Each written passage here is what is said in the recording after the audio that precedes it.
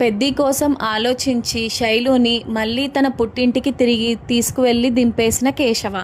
కోపంలో శైలు వాళ్ళ తల్లిదండ్రి సురేష్. అసలు ఇదంతా ఎలా జరగబోతుందో తెలుసుకోవాలనుకుంటే ఇప్పుడే మన ఛానల్ని సబ్స్క్రైబ్ చేసుకొని పక్కనే ఉన్న బెల్ ఐకాన్ని క్లిక్ చేయండి. బెల్ క్లిక్ చేశాక ఆల్లో పెట్టుకోండి. అప్పుడే మా సీరియల్ నోటిఫికేషన్ మీ ఫోన్లోకి వస్తుంది.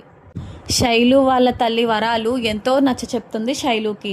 నువ్వు ఆల్రెడీ మమ్మల్ని రివర్స్లో మాట్లాడావు, ఎందుకని ఇంత బాధ పెడుతున్నావు మమ్మల్ని, ఎందుకు శైలు, నువ్వు కూడా మాకు చాలా ఇష్టం, కానీ ఆ మెకానిక్ గాడిని పెళ్లి చేసుకుని ఏం సుఖంగా ఉంటావు, నేను చెప్పిన మాట ఎందుకని నీకు తలకెక్కట్లేదు, వాళ్ళు ఎవరు మంచి వాళ్ళు కాదమ్మా, చూసావు కదా ఒక్కొక్కడు ఒక్కొక్క రౌడీలా ఉంటాడు, నువ్వు వెళ్ళి వాళ్ళ ఇంట్లో పడతానంటే ఎలా ఒప్పుకుంటాం మేము చెప్పు అని చెప్పేసి అంటుంది వరాలు. అప్పుడు శైలు, అమ్మ మీకెవరు ఏం చెప్పారో నాకు తెలీదు, వాళ్ళు చాలా మంచి వాళ్ళు, ఎంత మంచి వాళ్ళు అంటే వాళ్ళ ముఖాలు చూసి మీకు అలా అనిపిస్తాయి, కానీ వాళ్ళ మనసు చాలా స్వచ్ఛమైంది. మహాలక్ష్మి అక్కడ ఉండట్లేదా, తను ఎంత చక్కగా ఉంటుందో తెలుసా, ఎంత ప్రశాంతంగా ఉంటుందో తెలుసా, ఇప్పుడు ఆ కుటుంబానికి నేను వెళ్తే నీకేంటమ్మా నొప్పి, వాళ్ళు ఎంత మంచి వాళ్ళో మీకు తెలీదు, చాలా చాలా చాలా మంచి వ్యక్తులు, మీరే వాళ్ళందరినీ అపార్థం చేసుకున్నారు, ఎవరో మీకు కావాలని లేనిపోనివన్నీ నూరు పోసారు. ఖచ్చితంగా చెప్తున్నాను, వాళ్ళ అత్త మామయ్య ఇద్దరికి వాళ్ళంటే ఇష్టం లేదు, నాకు తెలిసి వాళ్ళే ఊరంతా చాటింపేసి ఉంటారు.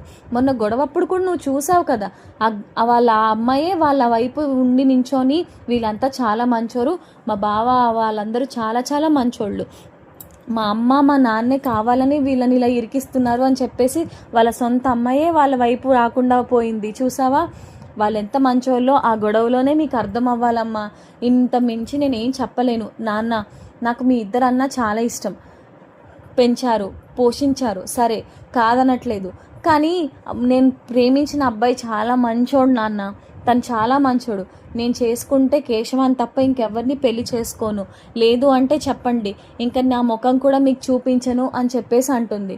అప్పుడు చాలా కోపం వస్తుంది శైలు వాళ్ళ నాన్నకి. ఏంటే నీ ముఖం కూడా మాకు చూపించవా, అసలు ఏం మాట్లాడుతున్నావు నీకైనా అర్థమవుతుందా అని అనగానే, మీరు ఆగండి నాన్న అని చెప్పేసి సురేష్ ముందుకొచ్చి, ఏంటే బెదిరిస్తున్నావు, నీకేమైనా పిచ్చి పట్టిందా, అసలు నిన్ను ఎలా భరించాలో అర్థం కావట్లేదు, వాడంటే నీకు ఎందుకు ఇంత పిచ్చో కూడా అర్థం కావట్లేదు, అసలు ఏం మాయ చేశాడో నిన్ను నాకు అర్థం కావట్లేదు, వాడు అసలు ఎంత దరిద్రుడో తెలుసా, నన్ను ఎంత ఇష్టం వచ్చినట్టు కొట్టారు, నీకోసం నేను తన్నులు తిన్నాను, నీకోసం నేను మాటలు పడ్డాను, అయినా సరే మా బాధ మీకు అసలు అర్థమవుతుందో ఏమైనా అని చెప్పేసి అడుగుతాడు సురేష్. అప్పుడు శైలు, నిన్నెవడు నా కోసం బాధపడమన్నాడు, నువ్వు చేసిన ఘనకార్యం సరిపోదారా ఎదవా, అసలు నీకు వెళ్ళాల్సిన అవసరం ఏముంది, ఆ అమ్మాయిని నువ్వు ఏదో బాధ పెట్టావు కాబట్టే కదా నిన్నొచ్చి వాళ్ళు చితకబాదారు, అందులో అసలు తప్పే లేనే లేదు, అయినా నీకంటూ అసలు బుద్ధి ఉంటేనే కదా ఎప్పుడు చూడు తల తిక్క పాసిన పనులు చేస్తూ ఉంటావు, ఇలాంటి పనులు అవసరమా నీకు అని చెప్పేసి అడుగుతుంది శైలు. అప్పుడు వరాలు, నువ్వు నోర్ముయ్, నీకు మాటలు బాగా ఎక్కువైపోయినాయి, చిన్నపిల్ల అని చెప్పేసి గారభం చేస్తే నువ్వు ఇన్ని మాటలు మాట్లాడుతున్నావు, అస్సలు బాగాలేదు, నువ్వు చేసే పనులు ఏమీ బాగాలేదు, అసలు ఏం మాట్లాడుతున్నావు నీకైనా తెలుస్తుందా శైలు, ఛీ నువ్వు ఆ రూమ్లో ఉండడమే కరెక్ట్, పద నువ్వు అని చెప్పేసి శైలుని లాక్కుని వెళ్ళి ఆ రూమ్లో పడేసి గడియ వేసేస్తుంది వరాలు. అప్పుడు శైలు ఏడుస్తూ, అయినా పోతే పోయిందిలే అని చెప్పేసి నీళ్లు తుడుచుకుని కళ్ళ మీద, మొత్తానికి పెళ్లి చూపులు చెడగొట్టుకున్నాను, ఇంతకు మించి నాకు ఇంకేం కావాలి అమ్మయ్య అనుకుంటుంది శైలు. ఒకవైపు కేశవ టెన్షన్ పడుతూ ఉంటాడు, ఇప్పుడు ఆ పెళ్లి వాళ్ళు వచ్చేసి వాళ్ళు ఓకే అనేసి పెళ్ళి అయిపోతే నా పరిస్థితి ఏంటి అన్నట్టుగా కేశవ ఆలోచిస్తూ ఉంటాడు. అప్పుడు చక్రి అంటాడు, పెళ్ళైపోతే ఏమైందిరా, ఇంకో బుస్సును వెతుక్కో అంటే, లేదు అస్సలు కుదరదు, నేను శైలుని తప్ప ఇంకెవరిని పెళ్లి చేసుకోదలుచుకోలేదు, అంతమందిలో ఐ లవ్ యూ అని అంతమంది ముందు చెప్పింది, నాకు వాడంటే ఇష్టం అని చెప్పి, అంతకు మించి ఇంకేం కావాలి నాకు, పైగా అంతమందిని చూసి కూడా భయపడకుండా మన వైపు నిలబడింది, అలాంటి అమ్మాయి నాకు జీవితంలో ఎప్పుడు దొరకదు, అందుకనే నేను దాన్నే చేసుకుంటానురా అంటాడు కేశవ. అప్పుడు మహాలక్ష్మి, మీ అన్నయ్య మాటలు నువ్వు అసలు వినకు, మీ అన్నయ్య ఎప్పుడు అలాగే చెత్త పనులు చెప్తూ ఉంటాడు, ఆ పనులు అలా చేస్తూనే ఉంటాడు, చెప్తున్నాను కదా నేను నీకు ఫుల్ సపోర్ట్ కేశవ, నువ్వేం చేసినా సరే ఆ శైలుని మాత్రం వదులుకోకు, తను చాలా మంచి అమ్మాయి అని చెప్పేసి అంటుంది మహాలక్ష్మి. అదే కదా నేను కూడా చెప్పానండి, అందుకనే నేను తనని పెళ్ళి చేసుకోవాలి, ఖచ్చితంగా ఏదో ఒకటి చేసి పెళ్ళి ఆపాలండి అని చెప్పేసి అంటాడు. అయితే ఈలోపు కేశవ ఫోన్ రింగ్ అవుతుంది. రే పెళ్లి చూపులు ఆపేశాను రా అని చెప్పేసి, ఏంటి నువ్వు సూపర్ బుస్సు, నిజంగానేనా, ఆగిపోయా పెళ్లి చూపులు అని చెప్పేసి అడుగుతాడు కేశవ. అప్పుడు శైలు, ఏం చేస్తాం, తమరేమీ చేయలేకపోయారు కదా, నేనే నా చేతులారా చెడగొట్టేశాను, వాళ్ళు వెళ్ళిపోయారా, కాకపోతే మళ్ళీ నన్ను రూమ్లోకి తోసేసి డోర్ వేసేసింది మా అమ్మ. ఫోన్లే, పెళ్లి చూపులు క్యాన్సిల్ చేసేసుకున్నాను, ఇంతకు మించి ఇంకేం కావాలి అని హ్యాపీగా మాట్లాడుతుంది కేశవతో శైలు. అప్పుడు ఫోన్ పెట్టేసిన తర్వాత, ఒరే పెళ్లి చూపులు ఆగిపోయాయంట్రా, ఆపేసిందంట బుస్సు, నాకు చాలా హ్యాపీగా ఉంది అని చెప్పేసి అంటాడు కేశవ. అప్పుడు, మామూలుదేం కాదురా బాబు, మీ రాక్షసి మొత్తానికి చెడగొట్టేసింది కదా పెళ్ళి, చాలా ధైర్యం ఉండాలి అలా చేయాలంటే, పోన్లే సంతోషం అని చెప్పేసి అంటాడు చక్రి. తర్వాత మహాలక్ష్మి కూడా, అమ్మయ్య పోన్లే, మనం పెద్దితో ఏదో ఒకటి మాట్లాడి ఇది ఒక కొలిక్కి తీసుకొద్దాము అని చెప్పేసి అంటుంది మహాలక్ష్మి. అయితే బాలు, కేశవ అలాగే మహాలక్ష్మి ముగ్గురు కూడా పెద్ది దగ్గరికి వెళ్తారు. ఇంటికి వెళ్ళిన తర్వాత పెద్ది తన పని తను చేసుకుంటూ ఉంటాడు, కన్నా ఏమో చదువుకుంటూ ఉంటాడు. ఇంటికి వచ్చాక మాట్లాడుకుంటూ ఉంటారు. ఏంటంటే, అన్నయ్య ఇలాగా జరిగింది అన్నయ్య, మహాలక్ష్మి గారు అన్నయ్య ఇద్దరు కలిపి పెళ్లి చెడగొట్టేశారు అని అనుకున్నాం, కాకపోతే ఏంటంటే తనకు తానే పెళ్లి చూపులు చెడగొట్టేసుకుంది అన్నయ్య, ఏదో ఒకటి చేయాలన్నయ్య అంటే, అప్పుడు పెద్ది, ఒరే తప్పు కదరా, అలా పిచ్చి పనులు చేయకూడదురా, అయినా నువ్వు కూడా ఏంటమ్మా మహాలక్ష్మి వీళ్ళతో చేతులు కలిపి అని అనగానే, లేదు పెద్ది, తను మనందరి కోసం మన వైపు నించొని మాట్లాడింది, అలాంటప్పుడు తన హెల్ప్ చేయడం మనకు తప్పేముంది చెప్పండి, తను చాలా చాలా బాధపడుతుంది, ఆ బాధ ఏంటో నాకు కూడా తెలుసు కదా, నచ్చలేని వ్యక్తిని పెళ్లి చేసుకోలేం పెద్ది, చేసుకున్న తర్వాత ఆ బాధ ఎలా ఉంటుందో నాకు కూడా తెలుసు కదా, కాబట్టి ప్లీజ్ మీరు దాని గురించి తప్పుగా అనుకోకండి పెద్ది అని చెప్పేసి అంటుంది మహాలక్ష్మి. మరి ఇప్పుడు ఏం చేద్దాం అనుకుంటున్నారా అని అడుగుతాడు పెద్ది. ఏం లేదన్నయ్య, ప్రస్తుతానికి ఏంటంటే పెళ్ళి క్యాన్సిల్ అయిపోయింది, వాళ్ళు వెళ్ళిపోయారంటే ఇంటి నుండి, కాకపోతే పాపం శైలుని రూమ్లో బంధించిందంట అన్నయ్య వాళ్ళమ్మ, అదొకటే బాధగా ఉంది నాకు అని చెప్పేసి మాట్లాడుతూ ఉంటాడు కేశవ. ఇంకోవైపు శైలు ఏమో చాలా ఆనందంగా ఉంటుంది, సురేష్ ఏమో బయట కూర్చొని చాలా ఆలోచిస్తూ ఉంటాడు, అసలు ఈ పిచ్చిది ఇలాంటి పిచ్చి పనులు చేసి వాళ్ళ చేత నన్ను కొట్టించడం ఏంటి, నేను వాళ్ళ చేత తన్నులు తినడం ఏంటి, అంతా దీనివల్లే వచ్చింది, ఛీ ఏంటో ఈ పిచ్చి పనులన్నీ చేసుకొని కూర్చుంటుంది అని చెప్పేసి అనుకుంటూ ఉంటాడు. అప్పుడే మధ్యాహ్నం అయ్యేసరికి శైలు కోసం వాళ్ళ అమ్మ ప్లేట్లో కంచంలో అన్నం పెట్టుకొని తీసుకుని తన రూమ్లో ఇద్దామని వెళ్తుంది. డోర్ తీయంగానే సురేష్ వాళ్ళ అమ్మని పక్కకు తోసేసి శైలుని బయటికి లాగి, వస్తే పిచ్చి మెంటల్ దానా, నీ వల్లే ఇలాంటి పిచ్చి పనులన్నీ జరుగుతున్నాయి, సుఖంగా సంతోషంగా ఉన్న జీవితాల్లోకి ఆ చెత్తనంతా తీసుకొచ్చి పెట్టావు, ఎందుకు ఇలాంటి పిచ్చి పనులన్నీ చేస్తున్నావు, నువ్వు అవసరం ఏమొచ్చింది నీకు, చక్కగా తిని కూర్చోలేక చక్క కాలేజ్కి వెళ్ళేదానివి, ఇప్పుడు చూడు ఇంట్లో కూర్చుని చెక్క భజన చేస్తున్నావు, ఎందుకు ఇలాంటి పిచ్చి పనులన్నీ అని అనగానే శైలు, నువ్వేమైనా పెద్ద గొప్ప వ్యక్తివా, కాదు కదా, నువ్వు కూడా ఎంత మెంటల్ పనులు చేసావు, నీతో పోలిస్తే నేను చాలా చాలా బెస్టే, అది గుర్తుపెట్టుకో అని చెప్పేసి అంటుంది శైలు. ఇదిగో మాటలు హద్దులు దాటుతున్నాయి, అనవసరంగా నా చేత తిట్లు తన్నులు తినిపించుకోకు అని చెప్పేసి అంటాడు సురేష్. అప్పుడు శైలు, నీ చేత నేనెంత తిట్లు తన్నులు తినాలి, అవసరమే ఉంది అని అనగానే వరాలు వచ్చి, శైలు ఇంకా మాట్లాడింది చాలు, తినేసి పోయి పడుకో అని చెప్పేసి అంటుంది. నాకేం అన్నమొద్దు ఏమొద్దు, ఇంట్లో ప్రశాంతత లేకుండా పోయింది, వీడు చేసిన పనులన్నీ చాలా మంచి పనులు, నేను చేసేవన్నీ పిచ్చి పనులు, ఎలాగమ్మా అసలు అలాంటి మాటలు మాట్లాడతారు, ఛీ అని చెప్పేసి అనగానే శైలు వాళ్ళమ్మ, చీలు చాలు ఆపేసి నోరు మూసుకొని తినేసి వెళ్ళి పడుకో అనగానే శైలు మాత్రం ఇంకా ఎదురుస్తూ ఉంటుంది.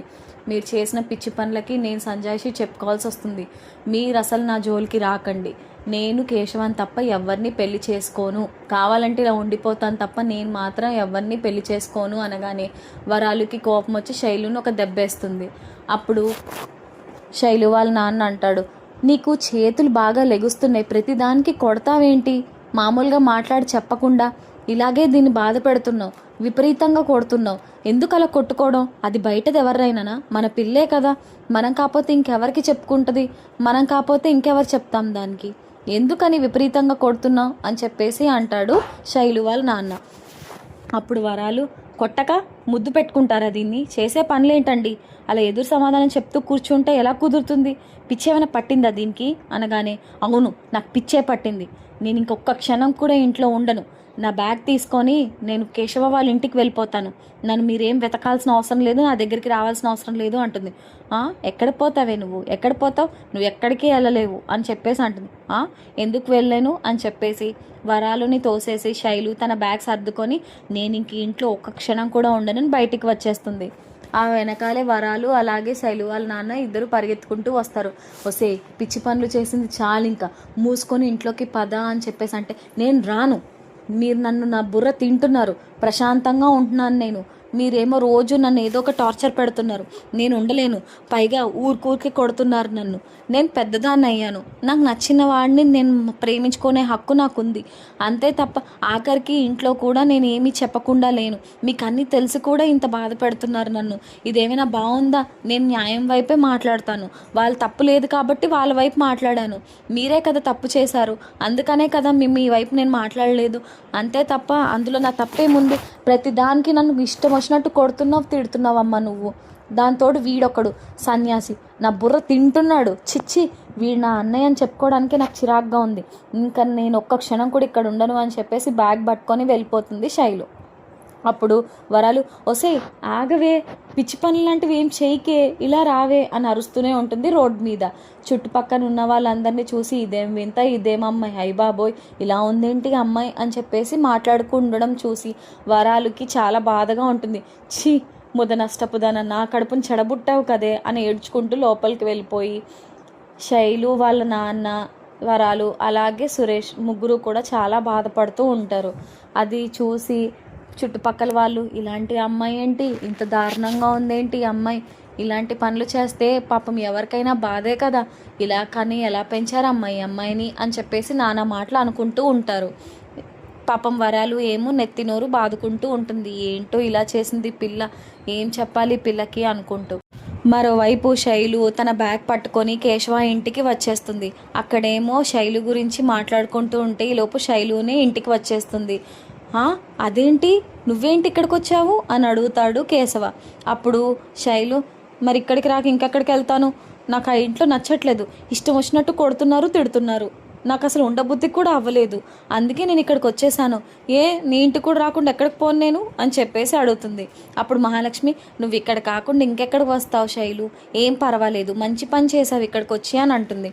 అప్పుడు చక్రి కూడా అబ్బో వచ్చేసావేంటమ్మా, ఒరే నీ బుస్సు బాగానే వచ్చిందిరా ఇక్కడికి అని చెప్పగానే పెద్ది తప్పమ్మా అలా వచ్చేయకూడదు, అమ్మ నాన్న బాధపడతారు కదా, నువ్వు ఇలా వచ్చేస్తే ఎలా చెప్పు, పాపం వాళ్ళు నీ గురించే కదమ్మా ఆలోచించేది, ఏ తల్లిదండ్రికైనా తన అమ్మ ఇలా చేస్తుందంటే బాధే కదా, నువ్వు అలా బాధ పెడితే ఎలా చెప్పు అని చెప్పేసి అంటాడు పెద్ది.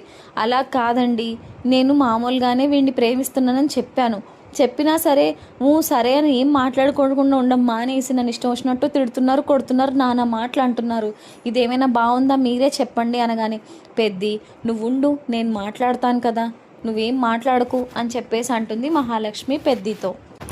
అప్పుడు శైలు అంటుంది ఒక పని చేయండి, మీరు నాకు ఈ ముంగీసకి పెళ్లి చేసేయండి, చక్కగా ఇద్దరం ఇక్కడే ఉంటాము, ఎందుకు అక్కడికి వెళ్ళినా సరే నన్ను పిచ్చి పిచ్చిగా బాధపెట్టి టార్చర్ పెడుతున్నారు అంటుంది శైలు. అప్పుడు చక్రి చేసేద్దాం దాందేముంది అనగానే మహాలక్ష్మి చక్రి వైపు సీరియస్గా చూస్తుంది. అయితే సరే దాని గురించి మనం తర్వాత మాట్లాడుకుందాం పద, నా రూమ్కి తీసుకెళ్తాను నిన్ను అని చెప్పేసి శైలుని మహాలక్ష్మి రూమ్కి తీసుకువెళ్తుంది. కూర్చో అని చెప్పేసి మహాలక్ష్మి రూమ్లో కూర్చోబెడుతుంది శైలుని. ఉండు నేను ఇప్పుడే వస్తాను అని చెప్పేసి మహాలక్ష్మి శైలు దగ్గర నుండి హాల్లోకి వెళ్తుంది. అప్పుడు పెద్ది చక్రితో అంటాడు, ఒరే ఇప్పుడు ఏం చేసేదిరా, ఆ అమ్మాయి ఏంటి మన ఇంటికి వచ్చేసి కూర్చుంది, వాళ్ళ తల్లిదండ్రులు బాధపడతారు కదా, నాకేం చేయాలో అర్థం కావట్లేదు అంటాడు పెద్ది కేశవ అలాగే చక్రితో. అప్పుడు మహాలక్ష్మి వచ్చి పెద్ది ఏం చేద్దామంటావు, తను చాలా ఆస్తి వచ్చింది అని చెప్పేసి అంటుంది. అదే కదమ్మా మహాలక్ష్మి నాకు అర్థం కావట్లేదు, ఇలా జరుగుతుందని నేను అనుకోలేదు అనగానే చక్రి ఇంకేముంది ఇద్దరు ప్రేమించుకుంటున్నారు కదా పెళ్లి చేసేద్దాము, ప్రేమ కార్డ్కి ఎండ్ చేసేసి పెళ్లి కార్డ్ తెరుద్దాం, అప్పుడు వాళ్ళే హ్యాపీగా ఉంటారు, తప్పకుండా వీడిని వాడు ఒప్పుకోవాలి అల్లుడి కిందే, ఇంకేం చేస్తారు అని చెప్పేసి అంటాడు చక్రి. అప్పుడు మహాలక్ష్మి ఏంటి చక్రి మీరు కూడా అసలు అవసరం ఏముంది, అలాంటి పిచ్చి పనులు చేయకూడదు. అందరు ఒప్పుకుంటే అప్పుడు చేసుకోవాలి పెళ్ళి, లేదంటే వాళ్ళకి తెలిసేలా చేసుకోవాలి. అంతే తప్ప వచ్చింది కదా అని చెప్పేసి పెళ్ళి ఎలా చేసేస్తారు అని చెప్పేసి అడుగుతుంది మహాలక్ష్మి. ఏదో ఒకటి చేద్దాంలే అన్నయ్య అంటాడు కేశవ. అప్పుడు పెద్ది అడుగుతాడు, చెప్పరా కేశవ, ఏం చేద్దాము, ఏమంటావు, పెళ్ళి కావాలా, చేసేయమంటావా అని చెప్పేసి అడుగుతాడు. అప్పుడు కేశవ నాకు ప్రస్తుతానికి అంటాడు. అప్పుడు చక్రి ప్రస్తుతానికి లేదు, ఏమీ లేదు. ఆ అమ్మాయి పాపం నీ కోసం వాళ్ళందరినీ కాదని ఎంతో ధైర్యంగా మన ఇంటికి వచ్చింది. పెళ్ళి చేసేసుకోవడమే, అంతే తప్ప ఎందుకలా పిచ్చి పిచ్చిగా ఆలోచిస్తున్నావురా, నీకేమైనా పిచ్చా అని చెప్పేసి అడుగుతాడు. అప్పుడు పెద్ది, నువ్వు ఉండరా కేశవ, నువ్వు చెప్పు, నీ ఆలోచనలే మాకు కావాలి, అసలు నువ్వు ఏమనుకుంటున్నావు అనేది కావాలి, ఏమంటావు అని చెప్పేసి అంటే మహాలక్ష్మి అంటుంది, అవును కేశవ మీరే చెప్పాలి, అసలు ఏంటి, ఏం చేద్దాం, మీరు పెళ్ళి అంటే ఆలోచిద్దాం, లేదు అంటే అప్పుడు దాని గురించి కూడా ఆలోచించి చెప్దాం, ఏమంటారు అని చెప్పేసి అడుగుతుంది. అప్పుడు కేశవ నాకు అని అనగానే మళ్ళీ చక్రి చెప్పరా ఇంకెంతసేపు అనగానే, ఒరే నువ్వు ఒకసారి ఒక నిమిషం ఇట్రా అని చెప్పేసి కేశవ చక్రిని బయటికి తీసుకెళ్తాడు. అప్పుడు చక్రి ఏంట్రా పిచ్చోడా, అంతలా అడుగుతున్నా సరే నాకు నీకు అంటూ నాంచుతున్నావేంటి, పాపం అంతమందిని ఎదిరించి అది నీ కోసం వచ్చింది, నీకేమైనా పిచ్చి పట్టిందా, చక్కగా తన్ని పెళ్లి చేసుకొని ఉండక ఎందుకురా ఇలాంటి పిచ్చి పనులన్నీ అని చెప్పేసి అడుగుతాడు.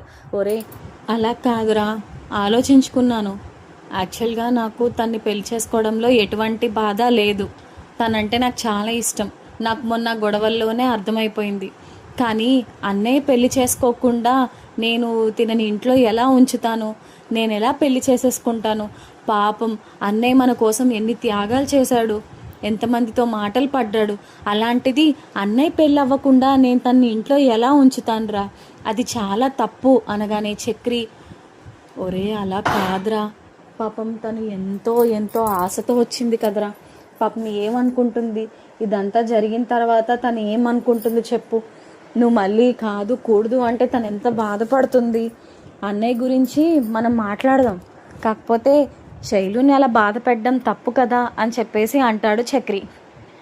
శైలు బాధ పెట్టిన దానికంటే నాకు అన్నయ్య బాధపడకపోవడమే ఇష్టంరా, తన మనసంతా గాయత్రి వదిని చేసుకోవాలి అసలు యాక్చువల్గా, కానీ గాయత్రి వదిని కూడా వదులుకున్నాడు, తను ఎంత ప్రేమించింది, అలాంటిది మన కోసం ప్రతి అడుగడుగునా తోడున్నాడు అన్నయ్య, అలాంటిది అన్నయ్యకి పెళ్ళి కాలేందే నేను శైలుని ఇక్కడ ఒక్క నిమిషం కూడా ఉంచలేనురా అని చెప్పేసి అంటాడు కేశవ.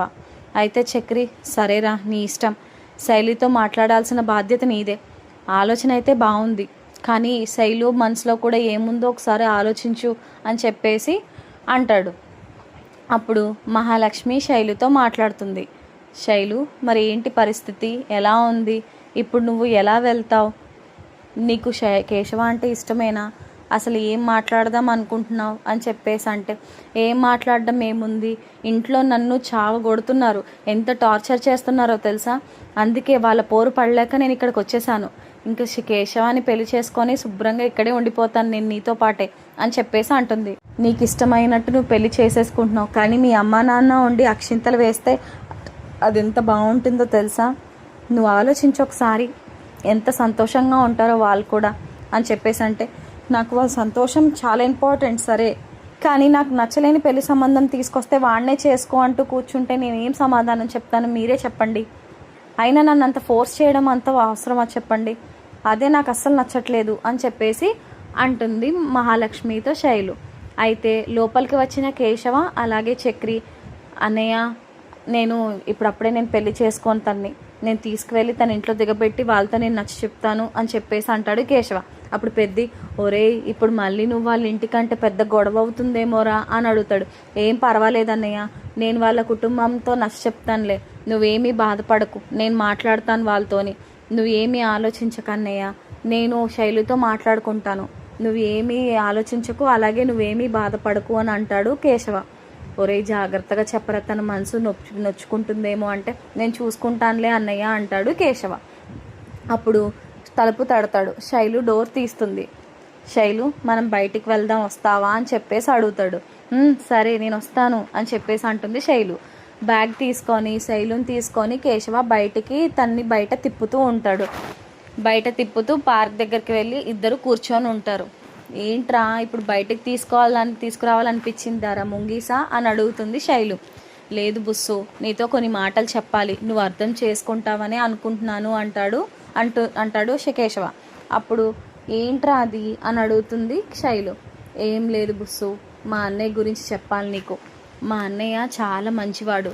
తను మా కోసం చాలా చాలా తిప్పలే పడ్డాడు, చాలా మందితో మాటలు పడ్డాడు, ఆఖరికి తను ప్రేమించిన అమ్మాయిని కూడా వదులుకున్నాడు.